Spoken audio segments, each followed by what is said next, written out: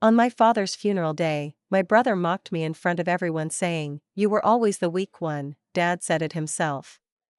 I stayed silent. This morning, he begged me to take him back after losing his job over the lies he told about me. "You were always the weak one, Unia." Even Dad said it. That's what my brother, Bram, said out loud at our father's funeral reception, with a smirk on his face and a plate of ham sandwiches in his hand. He laughed after he said it, like it was some inside joke only he understood. Everyone heard it. I stayed silent. I just walked out into the rain, barely able to breathe. This morning, after months of radio silence, he knocked on my apartment door. His voice cracked when he said, "I need help. I've lost everything. I'm 42 now. Never married long enough to make it count. No kids.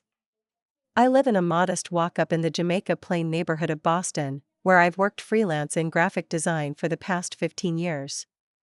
I was born and raised in Montpelier, Vermont, and my childhood was functional. That's the best word I can give it. Our parents weren't abusive. Just emotionally lopsided. My dad was a practical, unsentimental man who believed in work and results. My mother had a quiet, melancholic creativity about her that I always gravitated toward. She painted, sang softly while cleaning, and kept old notebooks full of half-written poetry in the back of the pantry. My brother Bram, 2 years older, had always been the golden boy. Athletic, loud, quick with a joke, quick with a temper. He was the kind of boy people admired in high school, football star, prom date, ran the family hardware store like he owned it before he even had a business license. And I was the quiet one. Not the sad, poetic quiet, just someone who observed more than she spoke. I wasn't bookish in the classic sense. I liked drawing, arranging things by color, building paper models, rearranging the family's spice cabinet by hue instead of label. Dad said I was strange. Mom said I was sensitive, like it was both a strength and a flaw. Bram said I was just weird. He also said I'd never make it living away from home. I left anyway. I graduated college in New York, moved to Boston, and spent my 20s working cafe jobs and doing freelance illustrations until I could build a full-time client base. Meanwhile, Bram stayed in Montpelier, married Kira, a woman with a loud laugh and sharp tongue, and had 2 boys within 3 years. He took over the hardware store fully when our dad semi-retired. From what I heard, business did okay. Not great, not failing. Our father's cancer diagnosis came in the fall of 2022. Pancreatic. Late stage. I remember the phone call because it was so characteristically flat. "Dad's sick," Bram said. "Docs say it's bad. You should come up. Don't make it a thing." That was his way of telling me we had limited time. I started visiting Montpelier on weekends. The motel I stayed at had scratchy sheets and a vending machine that only took singles, but it was close enough to the house. I wanted to stay there rather than be an awkward guest in Bram and Kira's home. Kira made it clear they didn't want their boys seeing too much of that hospice stuff. So I sat with Dad. I brought soup. I rubbed his feet when he couldn't sleep, combed his hair when it thinned and fell out, changed his socks when the nurses were busy. He didn't say much. He never had. But toward the end, he let me read to him. Mostly history books. He didn't like fiction. Thought it was a waste of time. There was no big emotional breakthrough. No deathbed confessions. Just silence, the way it had always been. That silence was the language of our house growing up.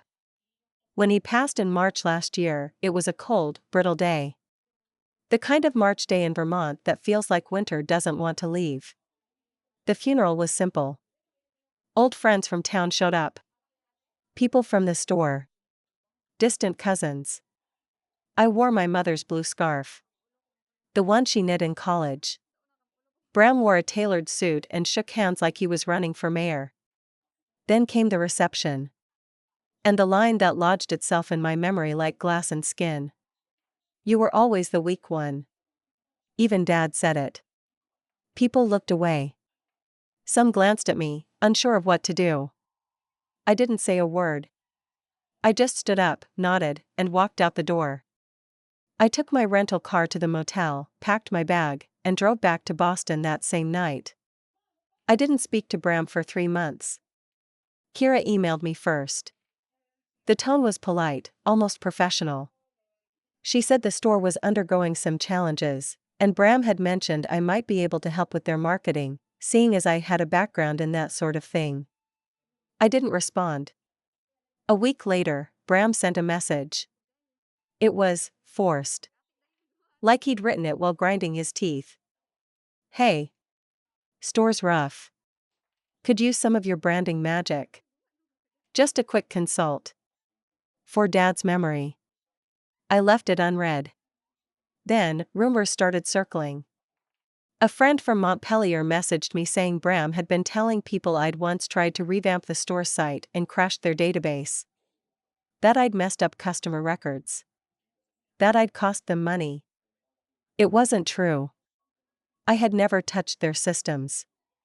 I'd only ever offered to help, years ago, and been laughed off. The new investors didn't take kindly to discovering they'd been misled. Apparently, someone from town dug into old email exchanges and statements. Found proof that I'd been pushed away, not the cause of any downfall. Bram lost control of the store. A management company came in and took over operations. Word spread. Kira packed up and moved in with her parents in Bar. She took the kids. Bram was left alone in a rented duplex behind a gas station. Still in Montpelier, but no longer the king of it. And then this morning, he knocked on my door in Boston. He looked thinner. Not unhealthy, just deflated. His shoulders had sunk in, and he was holding a plastic grocery bag with clothes in it. Like he'd just stepped off a bus and didn't know where else to go. I lost everything, Unia, he said. I know I was a jerk. A press. But I didn't think it'd all fall apart like this. I stood there, behind the screen door, wearing a robe and holding a mug of coffee. I messed up, he continued. I lied. I didn't think you'd matter. I didn't think it would come back to me. He started crying. Real tears. Not loud sobs. Just quiet, dripping grief. I still hadn't said a word. He asked if he could stay a night. Just to figure things out. Said he had nowhere else to go. And in that moment, something inside me, something cold and small and hidden for years, sat up and took notice. I didn't feel triumphant. I didn't feel cruel. I felt still. But I didn't answer him. I stepped back from the door just slightly, enough to put space between us but not enough to close it. He noticed. His eyes flicked to the edge of the frame, maybe waiting for it to slam in his face. But I didn't move further. I just let the silence between us stretch, the same kind that used to fill the kitchen on quiet school mornings or sit between us in the back seat of the car during long drives. I'm not asking for a handout, he said, though we both knew that wasn't true. I need some time. I don't have anyone else. And that part, I believed. Kira was done. Their last phone conversation, from what I heard, was short and decisive. She had told him she was tired of being the cleanup crew for his messes. His old friends in Montpelier, those who hadn't quietly stepped away already, had distanced themselves after the business fallout. Word gets around fast in a small town. His reputation, the one he'd built on charm and false confidence, had collapsed. I gestured toward the porch chair. Not exactly an invitation inside, but not a rejection either. He sat, hunched forward, elbows on his knees, hands wringing like wet towels. I know you don't owe me anything, he said, finally looking me in the eye. And after the funeral, that was low. I thought it would make me feel strong, like I had the upper hand. But now I see it just made me pathetic. I didn't speak. There was nothing to say to that. Apologies are meant for those who intend to change. Bram had apologized before, many times, but they always came after things blew up. Never before. Never when it could have made a difference. The wind picked up slightly, carrying the smell of spring rain and wet soil. From where I stood, I could see the little patch of garden I'd started working on. Tomatoes in ceramic pots. Basil that wasn't doing too well. And a cluster of tulips that had managed to survive the winter and come back stronger. Funny how some things do that. Others don't. Bram talked for a while. About how things had spiraled. About how the store started losing customers, how investors got suspicious, how one of the staff members finally spoke up and shared an email thread I'd sent years ago, offering to help with marketing, gently and respectfully, and how Bram had mocked it in the staff room. I didn't realize how many people noticed. Or remembered, he muttered. Turns out, people were just quiet about it. Until they weren't. I thought about all the times I had swallowed words. At family dinners, at school recitals, during every minor conflict where Bram made me the punchline. I thought about Dad, how he used to nod approvingly when Bram spoke about sales and profits, and only asked me about those little pictures I made. Even Mom, who loved me more gently, never stepped into the space between us. She'd just say, "He doesn't mean it like that," whenever Bram said something cruel. And maybe he didn't. But the words still stuck. I realized something as Bram kept talking, his voice getting smaller, less practiced. He wasn't used to being the one who had to ask. He wasn't used to needing grace. He'd always been the one to decide when bridges burned and when they were rebuilt. But not this time. You don't have to decide now, he said after a long pause. I'll go. Just, don't lock the door right away, in case I don't find a motel nearby. I nodded, barely. He stood, pulled his coat tighter around him, and walked down the front steps. I didn't call after him. I didn't tell him to come back. Instead, I watched from the window as he sat on the curb outside my building. Just sat there. Head in his hands. A man who once stood in every room like he owned the air, now hoping the clouds would give him just a little more time. The coffee in my mug had gone cold, but I didn't move. Something about this moment felt heavier than all the ones before it. The hours passed slowly, like molasses on a cold plate. From the window, I saw Bram shift his weight a few times. At one point, he checked his phone, probably trying to figure out if he had enough left in his checking account for a motel, or maybe he was stalling, hoping I'd open the door again. But I didn't. I didn't want to act out of pity. Not this time. Pity was what had gotten me through most of our interactions in life. It had made me excuse his jokes, his jabs, his occasional apologies when they came with a side of sarcasm. But now, there was something else in me. Not anger, anger had long since dulled, but a kind of quiet certainty. A boundary I didn't even realize I'd needed until he was sitting outside it. He didn't knock again. He just sat there. People walked by, students, delivery guys, a man walking a dog that barked at him. He didn't flinch. I busied myself with work to give my brain something else to chew on. Emails, some client revision notes. I half read a news article about a tech company folding. None of it stuck. My phone buzzed with a text. Bram, I'm not good at asking for help. I always thought it meant I was weak. I guess I see now how wrong I was. I stared at it for a while. Then another one, a few minutes later. Bram, you were always stronger than me. That's what I couldn't admit. It wasn't dramatic. It wasn't flowery. It didn't excuse anything. It was the closest to honest he'd ever been. Still, I didn't reply. That night, the city hummed the way it always did, soft and blurred at the edges. I made dinner, something simple, roasted potatoes and kale with garlic. I left the porch light on. Not because I expected him to return, but because I didn't want to see his shape still sitting in the dark. By 10 p.m., he was gone. I don't know where he went. Maybe he found a motel. Maybe he wandered. Maybe he called someone, though I can't imagine who. I know Kira wouldn't have answered. Their parting had been bitter, filled with the kind of tired rage that comes from years of building resentment and years more pretending it wasn't there.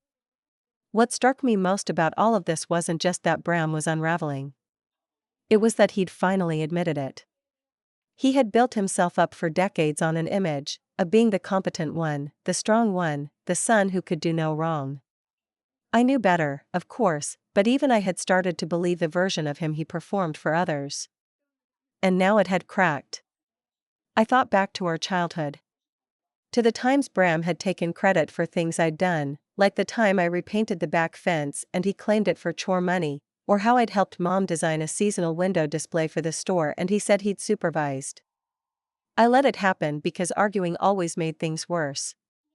And Dad never corrected him. I wondered, for the first time, what that must have done to Bram, being told he was always right, always better. That kind of pedestal doesn't leave room for self-reflection. Just pressure. And then, when it collapses, there's nowhere to fall but all the way down. I was already in bed when I heard my phone buzz again. Bram, I won't bother you again. Just, thank you for not slamming the door. That was more than I deserved. I read it, then turned the screen face down. That night, I didn't dream. I just slept, long and unbroken. The kind of sleep you get when you've carried something heavy for years and finally put it down.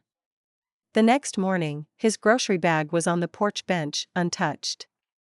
I checked inside. A change of clothes, a cracked phone charger, a spiral notebook with a few scribbled phone numbers. No note. No explanation. Just evidence that, for one night, he had been here. I left it on the bench. Still not ready to decide what it meant. Later that day, I walked to the corner cafe and sat by the window, nursing a bitter cup of coffee and watching the street. The barista, a woman in her 20s with a pierced eyebrow, smiled at me like I was a regular, even though I rarely came in.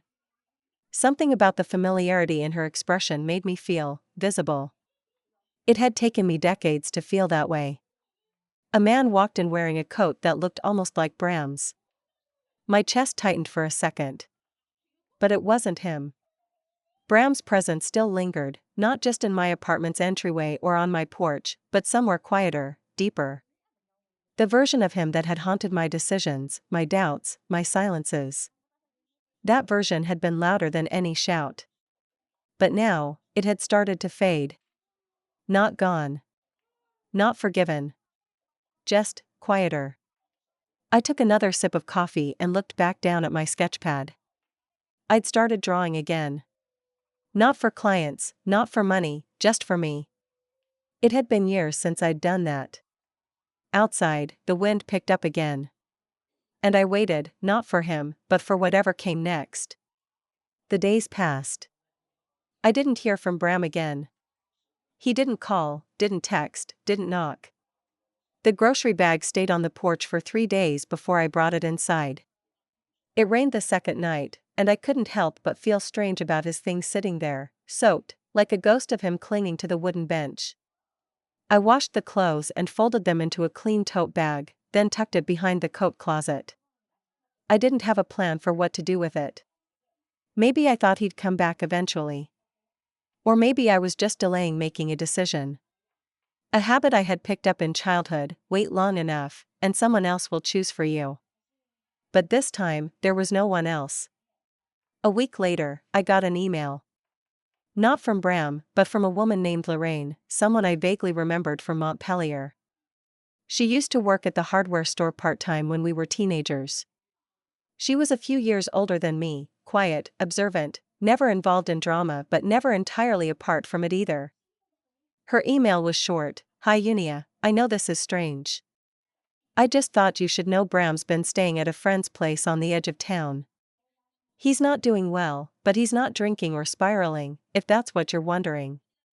He talks about you. A lot.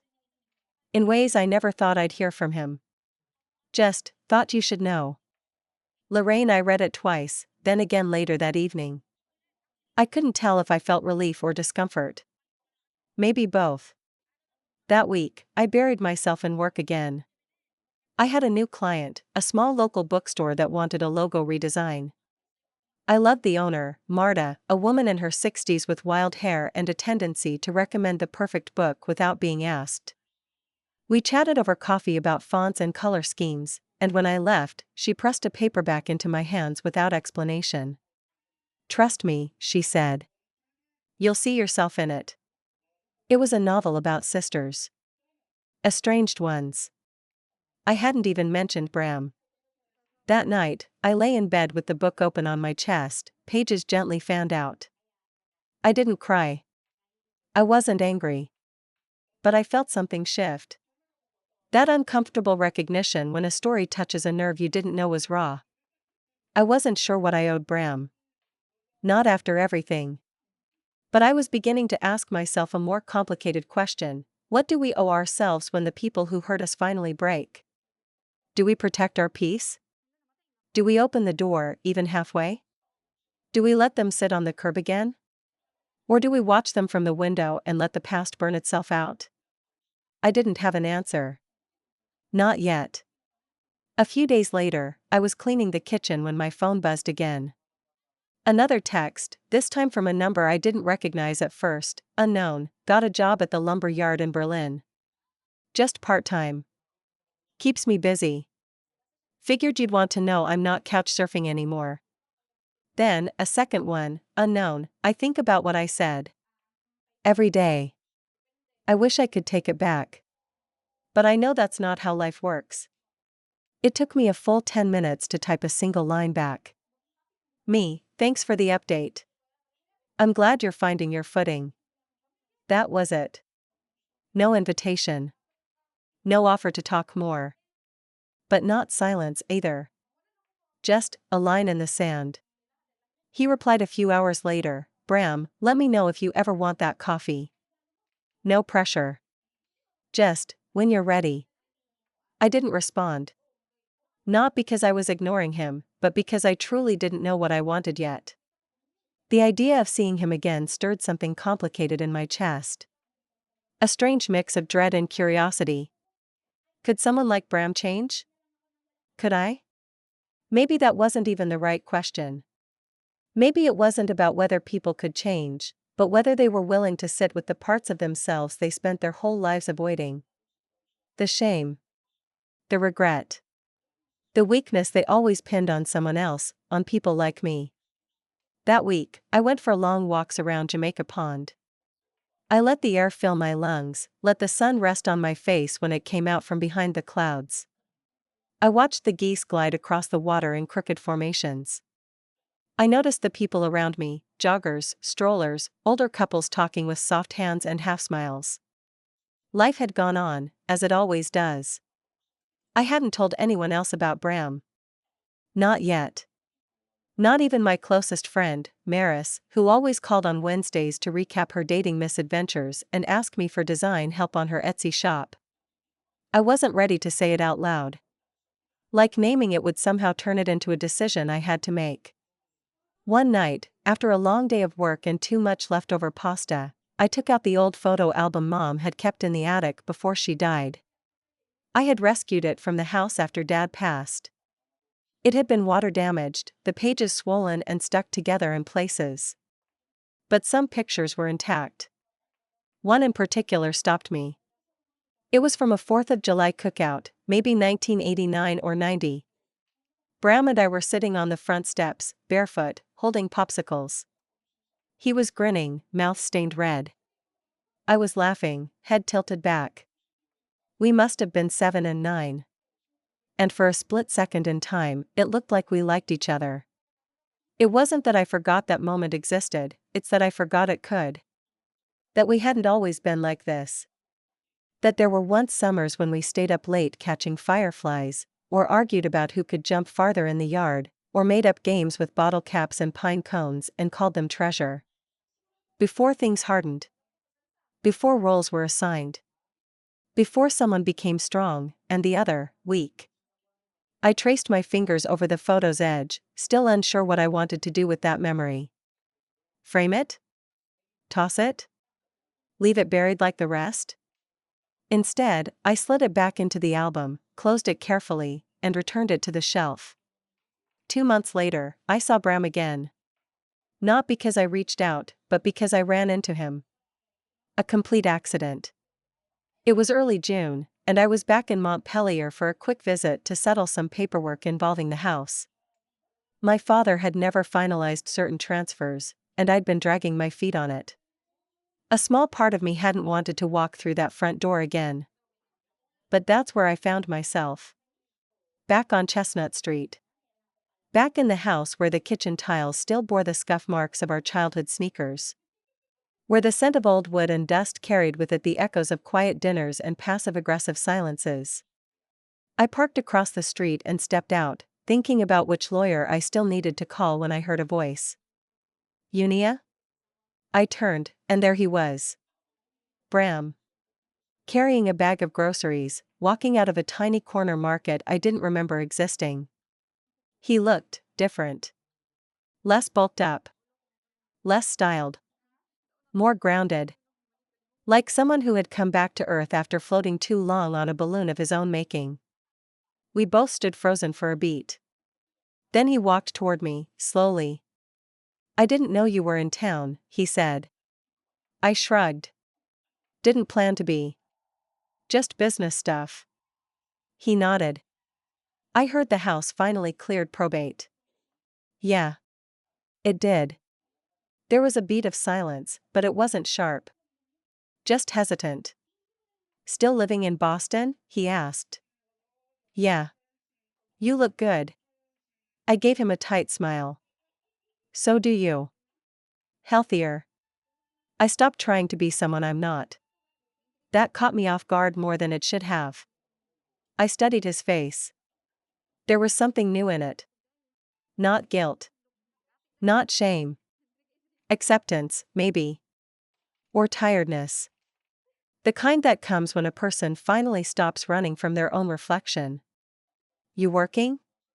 I asked. He nodded. Still at the lumber yard. Mornings, mostly. And Lorraine helped me start a little side thing. I fix old furniture. Turns out I'm good with wood. I raised an eyebrow. You never were growing up. Exactly. That's why it's ironic, he said, cracking a smile. For the first time in a long while, I didn't feel small next to him. I didn't feel invisible. And I realized it wasn't because he had changed, it was because I had. I had built a life on my own terms. I had stood through the storm of his cruelty, his arrogance, and come out with my spine intact. He could see that now. And I was about to make sure everyone else did too. The real turning point happened a few weeks later. I was back in Boston, catching up on my work, when I received an invitation. From the Montpelier Small Business Association. They were hosting a summer showcase. Local entrepreneurs, artists, community leaders, all invited to share their journeys. There would be keynote speakers. Panel discussions. And they wanted me, to speak about creative small business development and branding. I hesitated, briefly. Then I said yes. The event was scheduled for mid-July. Bram was going to be there too. He wasn't on the stage, but his new furniture restoration gig had made a bit of buzz around town.